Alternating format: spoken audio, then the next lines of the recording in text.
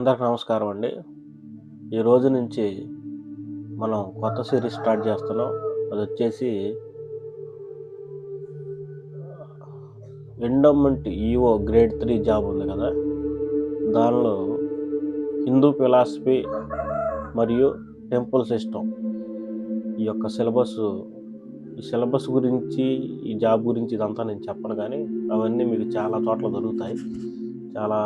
Already మీకు తెలిసే ఉంటుంది. డైరెక్ట్ సిలబస్లోకి వెళ్ళిపోయి రామాయణం గురించి సిరీస్ స్టార్ట్ చేస్తున్నాను.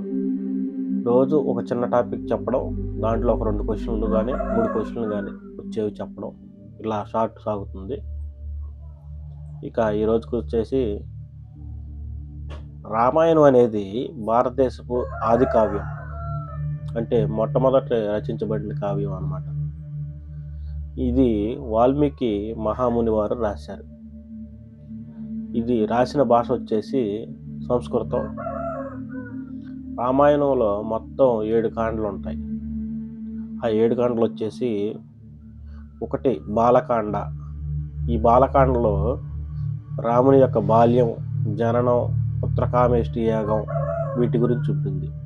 ఇక రెండోది వచ్చేసి అయోధ్యకాండ. దీనిలో రాముని వనవాసం, దశరథ కైకేయి సమస్యల గురించి ఉంటుంది అన్నమాట. ఇక మూడోది వచ్చేసి అరణ్యకాండ. దీనిలో వనవాసంలో జరిగిన సంఘటనలు, శూర్పణఖ గురించి, మారీచుడి గురించి, సీత అపహరణ గురించి ఇవన్నీ ఉంటాయి. ఇక నాలుగోది వచ్చేసి కిష్కింధకాండ.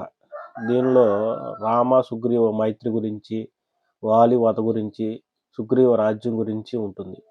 ఇక తర్వాత ఐదోది వచ్చేసి సుందరకాండ. దీంట్లో హనుమంతుడు లంకలో సీతను వెతుకుతూ వెళ్ళిన సన్నివేశాల గురించి ఉంటుంది. ఇక ఆరోది వచ్చేసి యుద్ధకాండ. దీనిలో రామరావణ యుద్ధం, రావణ వధ జరిగిన సంఘటనలు ఉంటాయి. ఇంకా ఏడోది వచ్చేసి ఉత్తరకాండ. దీనిలో రాముడు రిటర్న్ అయ్యాడు కదా, దాని గురించి, సీత అగ్ని పరిష్కారం, పట్టాభిషేకం, రామరాజ్యం గురించి ఉంటుంది. రామాయణం ప్రధానంగా ధర్మం, రాజధర్మం, భక్తి ఈ 3 అంశాలను ఎల్లప్పుడూ సూచిస్తుంది.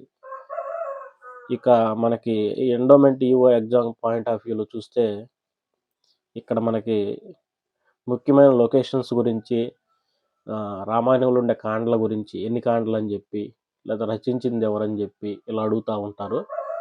ముఖ్యమైన లొకేషన్స్ వచ్చేసి అయోధ్య, మిథిల, పంచవటి, కిష్కింధ, లంక ఇటువంటివి. ఇవన్నీ. Thank you.